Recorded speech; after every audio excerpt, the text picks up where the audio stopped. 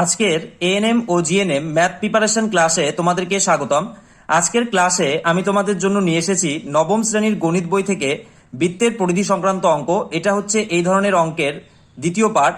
তোমরা প্রথম পার্ট দেখতে চাইলে এই ভিডিওর ডেসক্রিপশনে দেওয়া লিঙ্ক থেকে দেখে নিতে পারো, অথবা আমাদের এই চ্যানেলে এএনএম জিএনএম ম্যাথ প্রিপারেশনের জন্য আলাদা প্লে লিস্ট করা আছে, সেখান থেকেও কিন্তু দেখে নিতে পারো। তো চলো শুরু করা যাক আজকের প্রথম অঙ্ক। এখানে দেখো প্রথম অঙ্কটি কি বলছে, একটি চাকার পরিধি ও ব্যাসের দৈর্ঘ্যের অন্তর 75 সেমি হলে ওই চাকার ব্যাসার্ধের দৈর্ঘ্য হিসেব করো। আমাদেরকে কি করতে হবে? চাকার ব্যাসার্ধের দৈর্ঘ্য বের করতে হবে।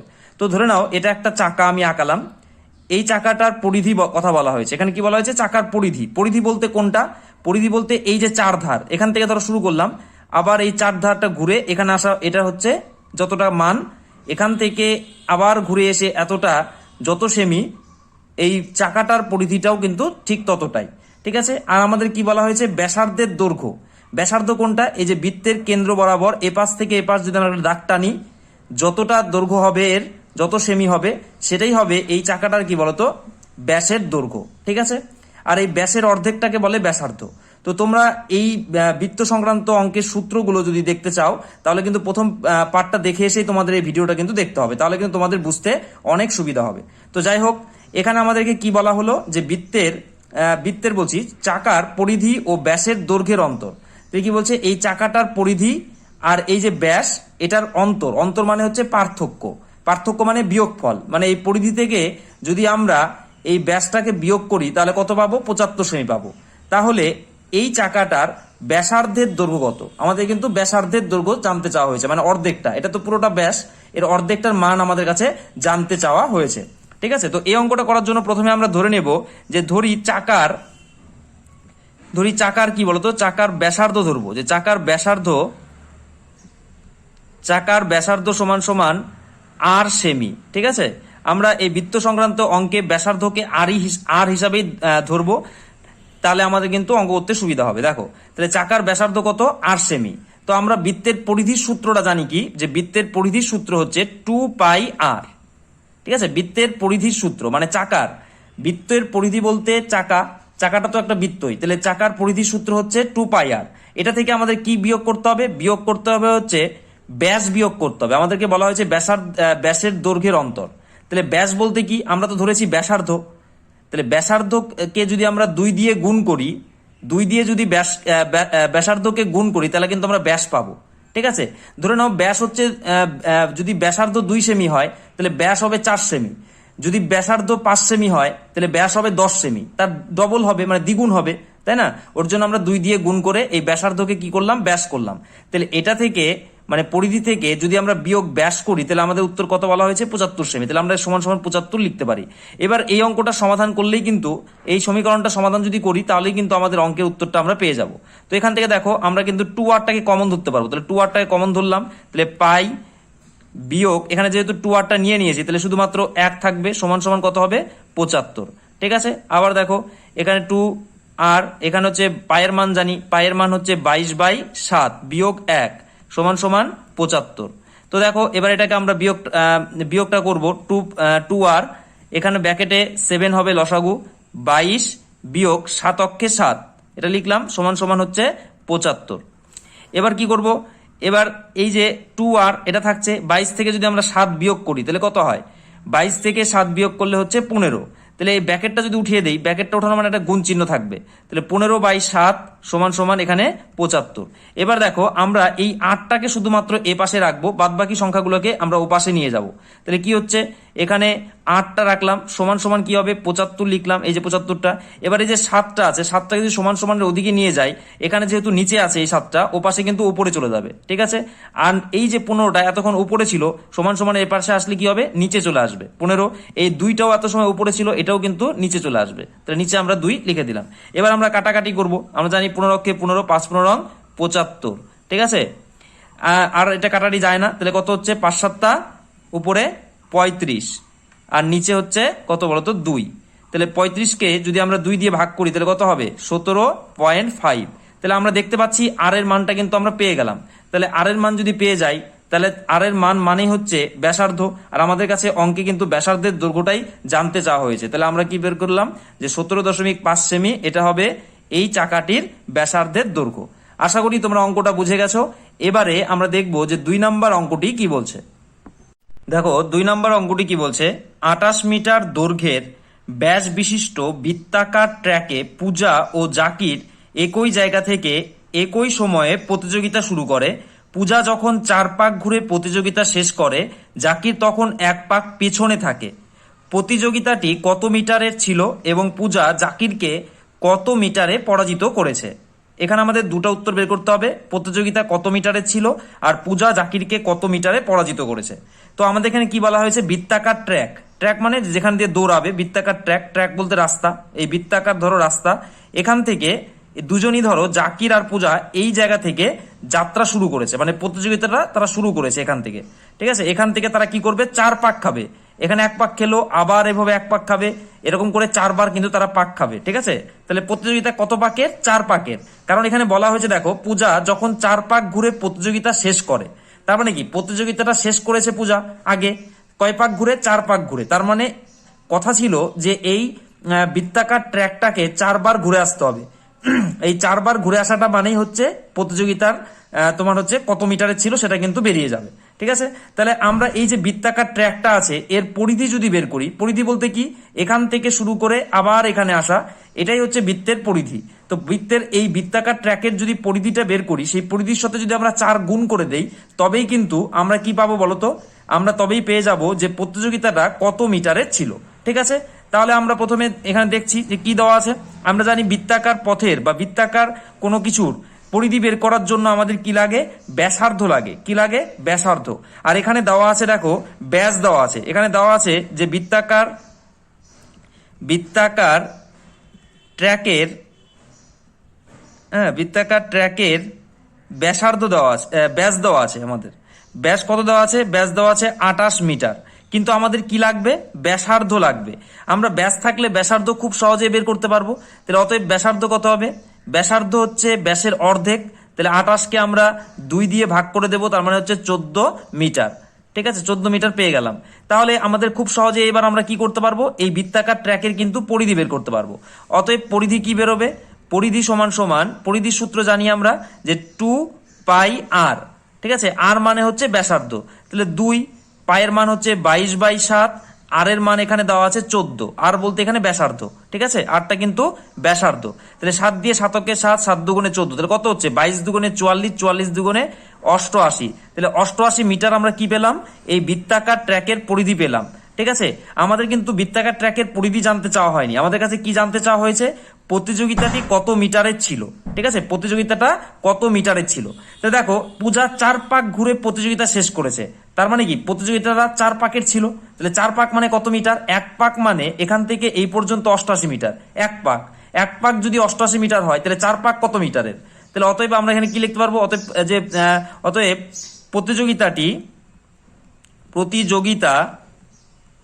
প্রতিযোগিতা কত মিটারের হবে, 88 সাথে গুণ 4।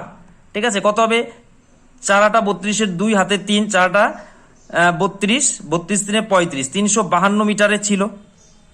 52 মিটার, প্রতিযোগিতাটা কত, 352 মিটার। ঠিক আছে, কেন, কারণ আমাদেরকে বলা হয়েছে পূজা কিন্তু 4 পাক ঘুরে প্রতিযোগিতাটা শেষ করেছে। তাহলে 4 পাক মানে কি, 88 গুণ 4 এত মিটারের ছিল। আর একটা অঙ্ক আমাদের কাছে জানতে চাওয়া হয়েছে যে পূজা জাকিরকে কত মিটারে পরাজিত করেছে। পূজা কিন্তু জাকিরকে পরাজিত করেছে কত মিটারে, আমাদেরকে বলা হয়েছে দেখো অঙ্কের মধ্যে, পূজা যখন 4 পাক ঘুরে প্রতিযোগিতা শেষ করে, জাকির তখন 1 পাক পিছনে থাকে। তার মানে কি 3 পাক দিয়েছে, তাই না, 1 পাক সে কম দিয়েছে, জাকির 1 পাক কম দিয়েছে। 1 পাক মানে কত মিটার, আমরা জানি 1 পাক মানে 88 মিটার। কেন 1 পাক, কারণ একবার পরিধি, এই বৃত্তাকার ট্র্যাকের পরিধি 88 মিটার, তার মানে 1 পাক মানে 88 মিটার। তাহলে কি, তাহলে পূজা জাকিরকে কত মিটারের পিছনে ফেলেছিল, তাহলে পূজা জাকিরকে 1 পাক পিছনে ফেলে। এখানে বলা আছে 1 পাক পিছনে ফেলে 1 পাক, আর 1 পাক মানেই হচ্ছে কত, 88 মিটার, তাই না। অতএব পূজা জাকিরকে 88 মিটারে পরাজিত করে। ঠিক আছে, আশা করি কিন্তু বুঝে গেছো। তাহলে এখানে আমরা দুটো উত্তর পেলাম যে প্রতিযোগিতাটি 352 মিটারের, আর পূজা জাকিরকে 88 মিটারে পরাজিত করেছে। কারণ পূজা যখন তোমার পাকটা শেষ করেছে 4 পাক দিয়ে, তখন সে দিয়েছে 3 পাক জাকির। তাহলে কত পাক কম দিয়েছে? 1 পাক, আর 1 পাক মানে 88 মিটার। তাহলে 88 মিটার তাকে কিন্তু পরাজিত করেছে, 88 মিটারে তাকে পরাজিত করেছে। আশা করি তোমরা বুঝে গেছো, খুব সহজ একটি অঙ্ক ছিল। এবারে আমরা দেখব 3 নম্বর অঙ্কটি কি বলছে। দেখো 3 নম্বর অঙ্কটি কি বলছে, আমাদের পাড়ার একটি পাতকুয়োর পরিধি 440 সেমি, ওই পাতকুয়োর চারধারে সমান চওড়া একটি পাথরের পাড় আছে।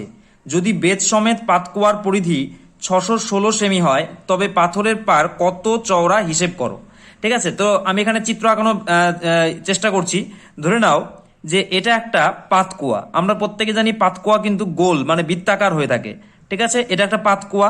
তো এই পাতকুয়াটার আমাদের কি বলা হয়েছে বলতো? পরিধি 440 সেমি। পরিধি বলতে কি, এখান থেকে যদি আমরা শুরু করি, আবার এখানে যতটা সেমি, এটার মাপটা এখান থেকে যদি আমরা ফিতে ধরে এই পর্যন্ত মাপি, যতটা সেমি পাবো ঠিক ততটাই হচ্ছে এই পাতকুয়াটার কি বলতো? পরিধি।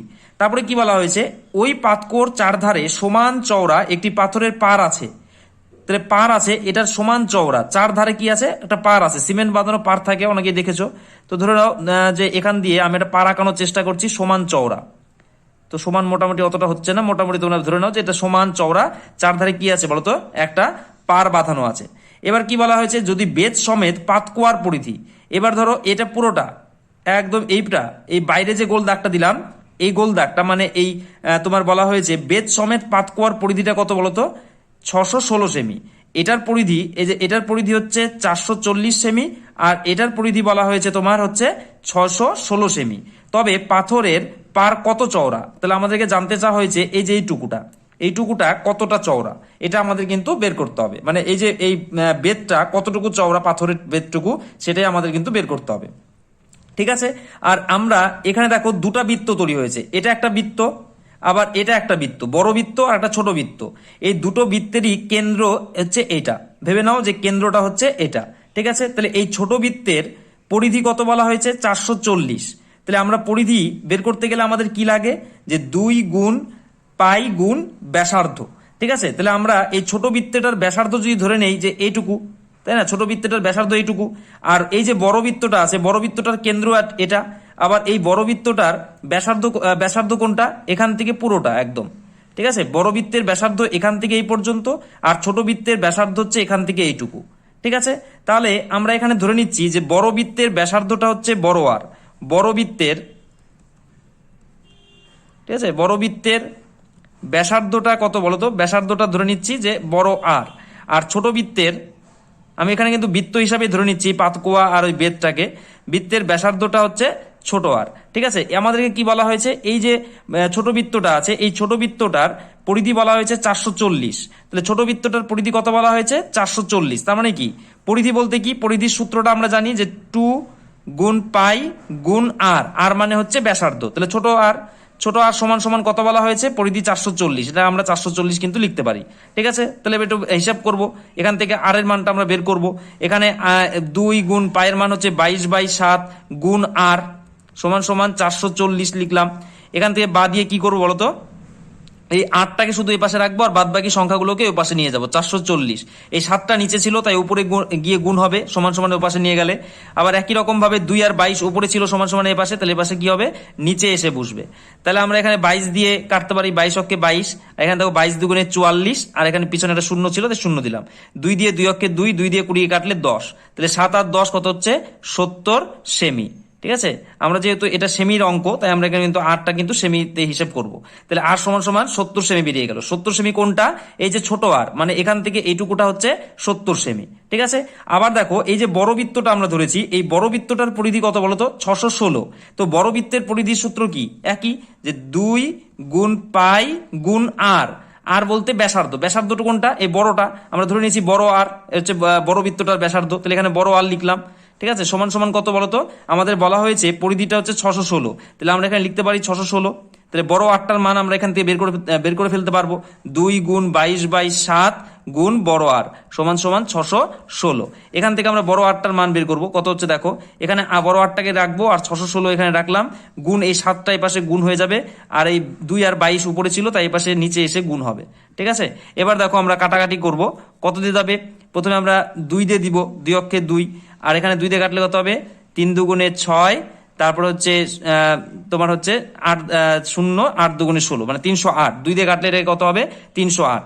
এবার দেখো আর কত দিয়ে কাটা যায়, এবার আমরা কিন্তু এবার 11 দিয়ে কাটতে পারবো। 11 দিয়ে কি, 11 দুগুণে 22, আর 11 দিয়ে যদি আমরা 308কে কাটি, কত হবে এখানে লিখছি আমি, 11 দিয়ে 308কে কাটলে 11 দুগুণে 22, আর 8 11 88। ঠিক আছে, আবার আমরা কাটতে পারবো 2 দিয়ে, 2 অক্ষে 2, আর 28 দিয়ে যদি আমরা 28কে কাটি তাহলে 14, তাহলে 14 আর 7 গুণ করলে কত হচ্ছে, 14 গুণ 7 কত হচ্ছে, 4 7 28, 8 হাতে হচ্ছে 2, 7 7, 7 আর 2 9, তাহলে 98 সেমি আমরা পাচ্ছি বড় আর এর মান। বড় আর বলতে কোনটা ভালো করে বুঝে নাও, বড় আর বলতে কোনটা, এখান থেকে এই পুরোটা, এখান থেকে এই পর্যন্ত, এটা হচ্ছে বড় আর। আর ছোট আরটার মান হচ্ছে এখান থেকে এইটুকু। তাহলে বড় আরটার মান হচ্ছে 98, বড় আটটার মান হচ্ছে 98, এখান থেকে এটুকু 98, আর ছোট আটটা মানে এখান থেকে এটুকু হচ্ছে 70। তাহলে তোমরা বলো এটুকুটা কত, বড় আটটা থেকে যদি আমরা ছোট আটটা বিয়োগ করে দেই তাহলে আমরা এটুকুটা পেয়ে যাব। তাহলে 98 থেকে আমরা যদি 70কে বিয়োগ করে দেই তাহলে দেখতে পাচ্ছি কত, 28 সেমি। এই 28 সেমি হবে কি বলতো, এই যে এইটুকুটার মান, আর এইটুকু মানেই কি, পাতকুয়োর চারধারে যে বেদটা দেওয়া আছে বা বেরটা দেওয়া আছে সেই বেরের কিন্তু চওড়া। ঠিক আছে, তাহলে চওড়া কতটা সেমি, এই বেডটা 28 সেমি। তাহলে আমরা কিন্তু অঙ্কের উত্তরটা পেয়ে গেলাম যে পাথরের পার কত চওড়া হিসেব করো, আমরা বলবো পাথরের পারটি হচ্ছে 28 সেমি চওড়া। আশা করি তোমরা অঙ্কটা বুঝে গেছো। এবারে আমরা দেখব 4 নাম্বার অঙ্কটি কি বলছে। দেখো 4 নাম্বার অঙ্কটি কি বলছে, যে গ্রামের নিয়ামত চাচা একটি মোটর চাকার সঙ্গে বেল্ট দিয়ে একটি মেশিনের চাকা যুক্ত করেছেন। মোটরের চাকার ব্যাসের দৈর্ঘ্য 14 সেমি এবং মেশিনের চাকার ব্যাসের দৈর্ঘ্য 94.5 সেমি। মোটরের চাকা যদি প্রতি সেকেন্ডে 27 বার ঘুরে তবে মেশিনের চাকা ঘন্টায় কতবার ঘুরবে হিসেব করো। আমাদের কি বের করতে হবে, যে মোটরের চাকা প্রতি সেকেন্ডে যদি 27 বার ঘুরে তবে মেশিনের চাকা ঘন্টায় কতবার ঘুরবে সেটা হিসাব করতে হবে। তো আমি তোমাদের বোঝানোর জন্য একটা ছোট চিত্র আঁকাচ্ছি। এটা ধরে নাও যে মোটরের চাকা, ঠিক আছে, মোটরের চাকাটা একটু ছোট, কারণ এখানে বলা হয়েছে মোটরের চাকার ব্যাস হচ্ছে 14 সেমি, আর এখানে আছে মেশিনের চাকা, এই মেশিনের চাকাটা একটু বড়, আমাদের ব্যাসটা বলে দেওয়া হয়েছে দেখো 94.5 সেমি। কি করা হয়েছে, এই মোটরের চাকার সাথে ফিতে দিয়ে মানে বেল্ট দিয়ে এটাকে যুক্ত করা হয়েছে। ঠিক আছে, মোটরের চাকার সাথে মেশিনের চাকাটা যুক্ত করা হয়েছে। তার মানে এই মোটরের চাকার ঘোড়ার সাথে এই মেশিনের চাকার ঘোড়ার একটা কিন্তু সম্পর্ক আছে। কেন সম্পর্ক আছে, কারণ হচ্ছে যেহেতু বেল্ট দিয়ে যুক্ত করা হয়েছে, এটা ঘুরলে এটা ঘুরবে। ঠিক আছে, তার মধ্যে একটা সম্পর্ক আছে। তো এবার আমাদের প্রথম কাজ হবে যে এই যে মোটরের চাকা, এই মোটরের চাকাটা একবার ঘুরলে এই মেশিনের চাকাটা কতবার ঘুরে সেটাকে আমাদের প্রথমে বের করতে হবে। আমাদের প্রথম কাজ হচ্ছে এই মোটরের চাকাটা একবার ঘুরলে এই মেশিনের চাকাটা কতবার ঘুরে সেটা আমাদের বের করতে হবে। তো এটা বের করার একদম সহজ একটা সূত্র হচ্ছে, একদম ঝামেলা নেই। সূত্রটা হলো এরকম যে এখানে লিখবো এই ছোট চাকাটা মানে হচ্ছে মোটরের চাকা, যে মোটরের চাকা একটু লিখে দিচ্ছি, মোটরের চাকা একবার ঘুরলে মেশিনের চাকা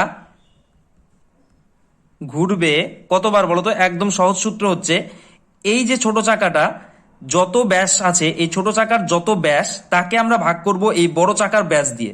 তাহলে ছোট চাকাটার ব্যাস হচ্ছে 14 সেমি, আমরা এই 14কে ভাগ করব কত দিয়ে, এটার ব্যাস দিয়ে। এটার ব্যাস কত আছে 94.5, তাহলে আমরা 94.5 দিয়ে ভাগ করে দেবো। ঠিক আছে, এতবার। তাহলে আমরা পেয়ে গেলাম যে মোটরের চাকা একবার যদি ঘুরে, এই ছোট চাকাটা যদি একবার ঘুরে তাহলে এই বড় চাকাটা কতবার ঘুরবে, 14 ভাগ 94.5। ঠিক আছে, এতবার ঘুরবে। তাহলে দেখো আমাদের বলা হয়েছে প্রশ্নের মধ্যে যে এই ছোট চাকাটা মানে মোটরের চাকা প্রতি সেকেন্ডে 27 বার ঘুরে। তাহলে 1 সেকেন্ডে কতবার ঘুরে, এটা 27 বার। তাহলে এটা 1 সেকেন্ডে কতটুকু ঘুরবে, এটা যদি 1 সেকেন্ডে 27 বার ঘুরে তাহলে এটা কতবার ঘুরবে 1 সেকেন্ডে।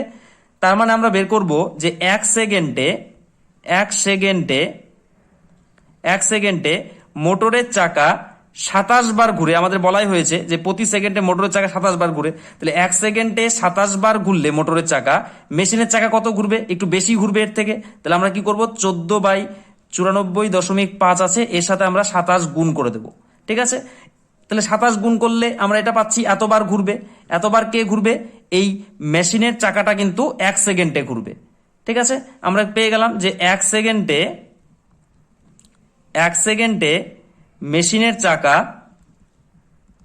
মেশিনের চাকা কতবার ঘুরবে? এই যে 14/94.5 গুণ 27। ঠিক আছে, আমরা কিন্তু খুব সহজে বের করে ফেললাম। এবার আমাদেরকে কি বের করতে হবে যে 1 ঘন্টায় এই মেশিনের চাকাটা কতবার ঘুরবে।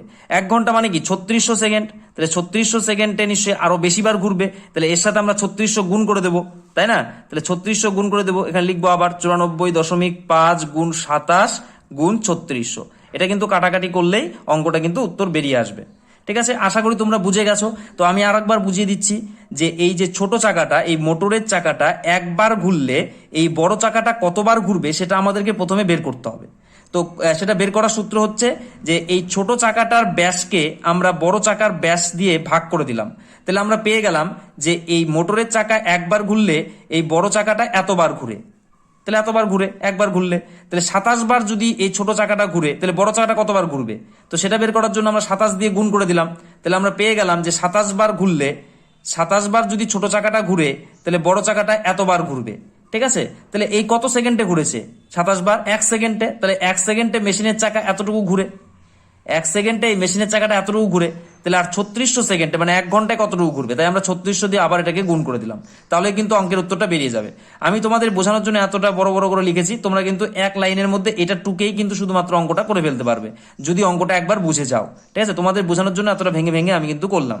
এবার কাটাকাটি করবো, দেখো এই দশমিকটা ওঠানোর জন্য আমরা কি করব, দশমিক উঠিয়ে দিলাম। তাহলে আমরা কি করব, উপরে কি হবে 10 দিয়ে গুণ হয়ে যাবে, এক দশমিকের জন্য একটা 1 আর পরে একটা সংখ্যা আছে তো একটা 0। ঠিক আছে, তাহলে আমরা প্রথমে কি করব, 5 দিয়ে ভাগ করব।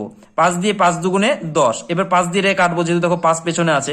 তাহলে 5 অক্ষে 5, তাহলে কত হচ্ছে 5 8 40, তারপরে হবে তারপরে 5 নং 45, তাহলে কত হচ্ছে 189। এবার 189 কে দেখো 3 দিয়ে কাটা যায়, তাহলে আমরা 3 দিয়ে কাটবো। 3 দিয়ে যদি কাটি 3 6 18, 3 3 9, এটা 3 দিয়ে কাটলে 3 নং হচ্ছে 27। আবার দেখো 9 দিয়ে কাটা যায়, 9 অক্ষে 9, এটা হচ্ছে 7 নং 63। ঠিক আছে, আবার 7 দিয়ে দেখো 7 অক্ষে 7, 7 দুগুণে 14। তাহলে কত থাকছে, নিচে আর কোনো সংখ্যা নেই, উপরে থাকছে হচ্ছে 2 গুণ 2, 2 দুগুণে 4, তাহলে 4 গুণ 3600। এটা আমরা হিসাব করবো, এবার গুণ করবো, কত হচ্ছে দেখো এই দুটা শূন্য তো থাকবে পেছনে।